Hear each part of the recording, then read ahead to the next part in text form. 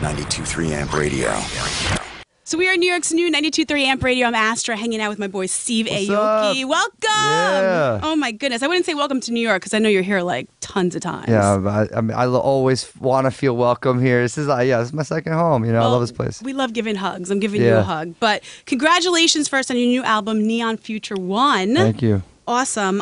What's been some of the feedback you've got on Twitter and Instagram and stuff? I think people are really gravitating towards the Fall Out Boy record, Back to Earth, and the will.i.am one too. People are loving Born to Get Wild.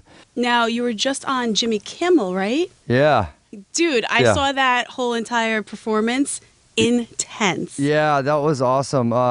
Travis, a really good friend of mine, he came out and jumped on and did his thing, Waka Flocka. That was our first single off of Neon Future, Rage the Night Away, and then I did my song with Afrojack and featuring Bonnie McKee, so she came out and sang. So that was a lot of fun. And Jimmy Kimmel he's awesome. For him to have me play, when he's got so many other artists to choose from, I was honored. Well, it's the energy. First of all, what do you take? Because you are like jumping up and down, going crazy behind that whole booth. What do you do? You know what it is? I mean, if you look at the crowd, they're jumping, they're like heaving. So if I'm not, doing the same thing as them, it's just not cool. So you're feeding off their energy. Yeah. Yet they're feeding off your energy. Exactly. We feed off each other. It's a cyclical thing.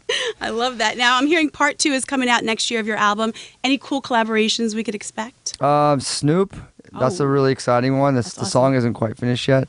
And then I have like some familiar names in the EDM world, like Nervo, Matthew Coma, and I love Matthew Coma is actually from Long Island, and so am I. Yeah. Yeah. Yeah, he's cool. I've known him since he was like young. Incredible songwriter. He's got a great voice, and he's great to work with. And Linkin Park is also another artist. This is our second song we're doing together. Awesome. We did one song for their album last year, and so we're finishing up this mega record together. That's awesome. Now I don't know if you want to touch upon this or not, but I kind of want to. Yeah.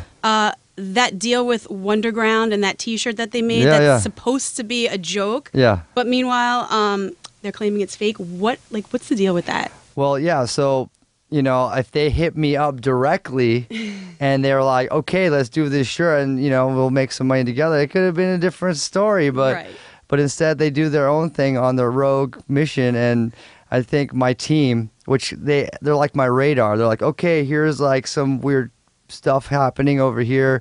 And so they sent a cease and desist letter to them, but they turned it into a tabloid piece, which in the end was actually perfect timing for this album release, because they actually published it on their website the day of my album release. Good for you. So at the end of the day, there's all this attention and press that's just happening, all converging at the same time. So, hey, thank you, Wunderground. It's like they try to attack you, but meanwhile, like I was going to actually try to attack them because, first of all, they don't know how to spell. Their grammar's horrific. And they're going to sit here and try to make fun of you? No. I'll sit here and make fun of them all day. And if you want to come on with me, let's do it. Yeah. Well, if you had the chance to battle any DJ out there right now, who would it be? A battle. I mean, we just DJs don't do that. We're so harmonious, Yes and no. I mean, it's not a battle in terms of I'm better than you, but more like, oh yeah, these are my hot beats. Well, these are my hot beats. Who would you want to go up against? You know what? It's like what I've known, and I was in Ibiza for 4 months this summer.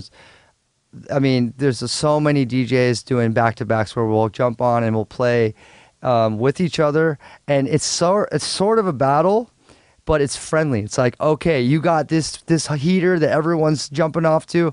Check this one out. This is a new one that no one's heard. And I love doing that, and I do that like with Afrojack all the time. We're always playing all the new stuff with Skrillex, with Sebastian Ingrosso, Zed.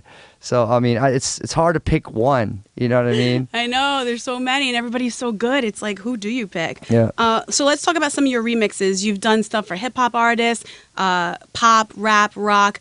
What is it about a certain song that allows you to want to choose to remix it?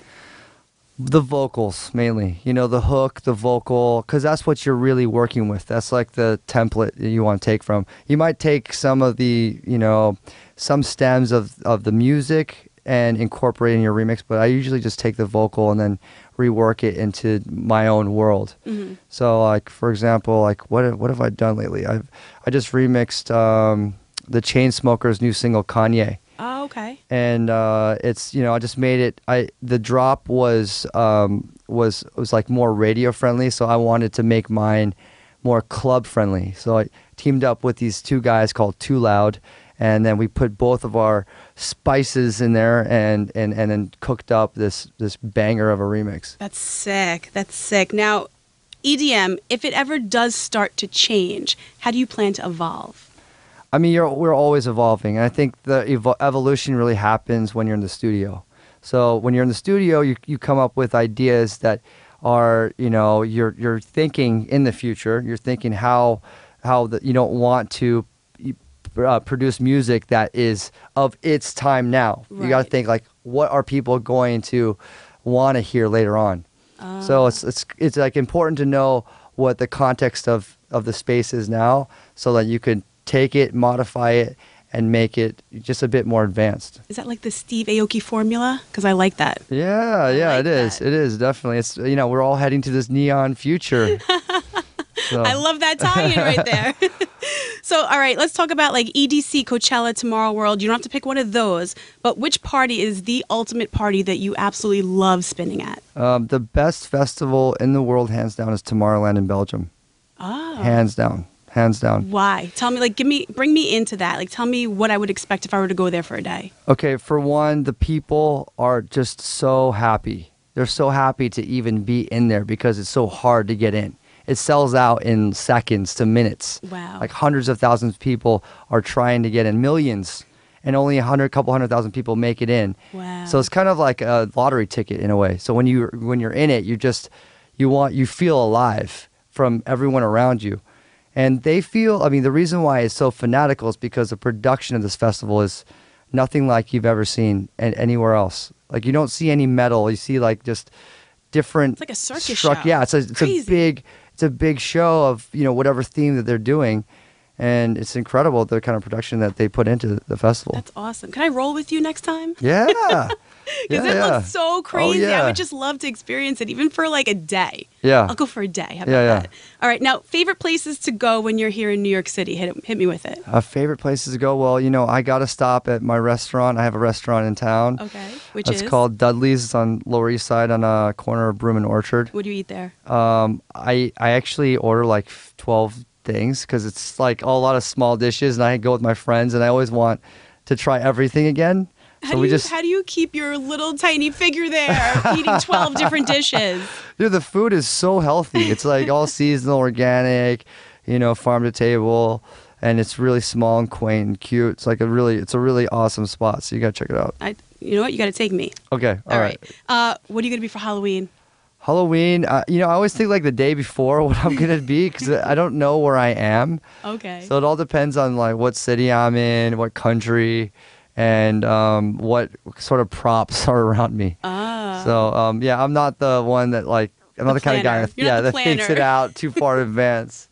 Something easy where I could take it off so I don't be sweating when I'm DJing. What's been your best memory of 2014? 2014 memories. I mean, honestly, my favorite memory is the release date for Neon Future. In September 30th, it came out, and then charting #1 on iTunes Dance right from the gate, which is like made me feel really, really happy. Kudos to you for that. So and I'm just happy to see all these different people from all different walks of life enjoying the album, seeing their feedback like you're talking about. So yeah, that's my favorite. And now, last thing, I know you're known as like the prankster DJ, throwing cakes at people, crowd surfing on the rafts and champagne all over the place. What is going to be your signature move for 2015? Because I feel like every year you have to come up with something new. Yeah, so it's true. The caking is the 2014. What's going to be the 2015? Well, that's the thing. I mean, I can't just give it away like that. I don't want someone else to take it. No, but you already have something planned. Well, we'll see. I don't know. I mean, honestly, to be totally dead honest about it, it's so hard to find something totally yours, because I mean, there's so many things that DJs do to interact with the crowd, and then we all do it, you know, like we all do. It's not like if I do something first doesn't mean that I'm the first one that did it. You know, if it works. True. I mean, the cake is definitely a signature of mine. If someone cakes someone in the crowd, it's obvious. I mean, that one you could line the lineage back here. That's you. But like, you know, if you take your shirt off and you swing it in the air and you tell everyone to do the same, you know, it's hard. This is a difficult one. Yeah.